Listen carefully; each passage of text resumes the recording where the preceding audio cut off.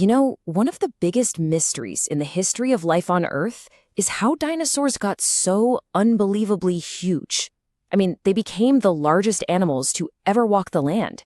It was a massive evolutionary leap, and for the longest time, how they pulled it off was, well, a total puzzle.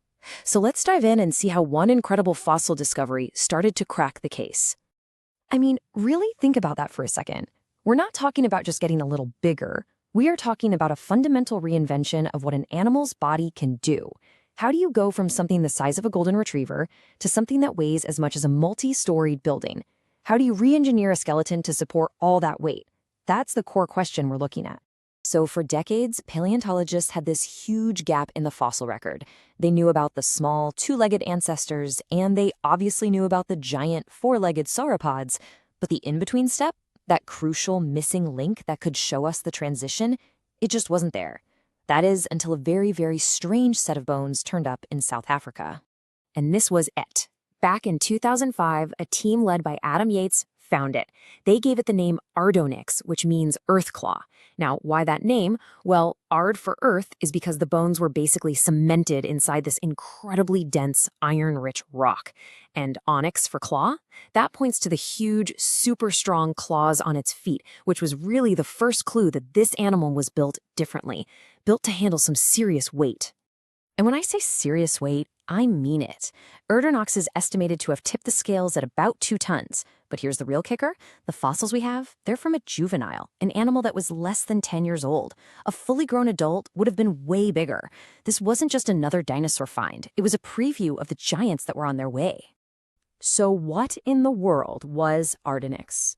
It wasn't a giant yet, but it definitely wasn't one of those small, speedy runners either. The best way to think about it is as an evolutionary prototype.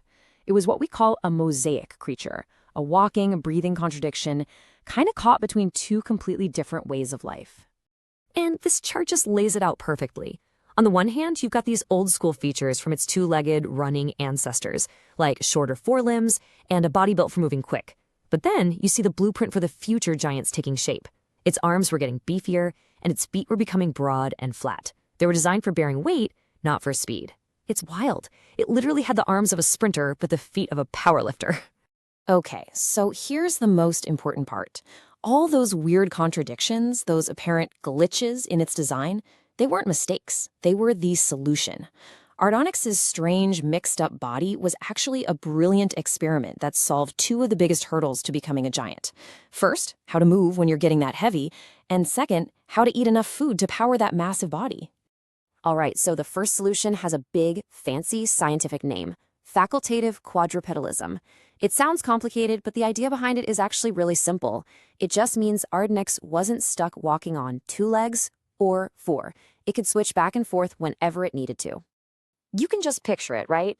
If it needed to run from a predator or reach up for some tasty leaves on a high branch, boom, it could rear up on its back legs. But for most of the day, to support its growing 2-ton frame while it was grazing or just moving around, it could drop down onto all 4s. It might have looked a little clumsy, but it was an absolutely crucial compromise on the path to becoming a full-time 4-legged walker. Now for that second solution, which is just genius, Aardonyx didn't just change how it walked, it totally revolutionized how it ate. And the secret to getting big, believe it or not, was to get rid of something you'd never expect: its cheeks. See, without cheeks in the way, Aardonyx could open its mouth incredibly wide. It became what we call a bulk browser. Instead of carefully chewing its food, it used its V-shaped jaw like a giant rake, just stripping huge mouthfuls of ferns and plants and swallowing them whole. The hard work of digestion would happen later, in a massive gut. Its whole strategy was eat now, digest later. And that was the high-energy engine that made getting gigantic even possible. So when you put it all together, you realize that Aardonyx is so much more than just an ancient ancestor. It's like a paleontological Rosetta Stone. It's the key that helps us translate and finally understand the entire evolutionary story of how the giant sauropods came to be. And what it really shows us is that evolution isn't this clean, straight line from A to B that we sometimes imagine. It's messy. It's just a whole series of experiments, trial and error. And Aardonyx, it proves it was one heck of a successful experiment. And that, right there, is the ultimate takeaway. Aardonyx proves that all those classic giant dinosaur traits didn't just pop up overnight. The massive size, the four-legged stance, that crazy bulk-feeding strategy, they all evolved piecemeal, one step at a time.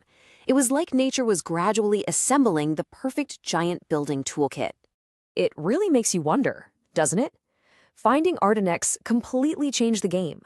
But what other incredible evolutionary prototypes, what other missing links are still buried out there, right under our feet, just waiting to be discovered and rewrite the history books all over again?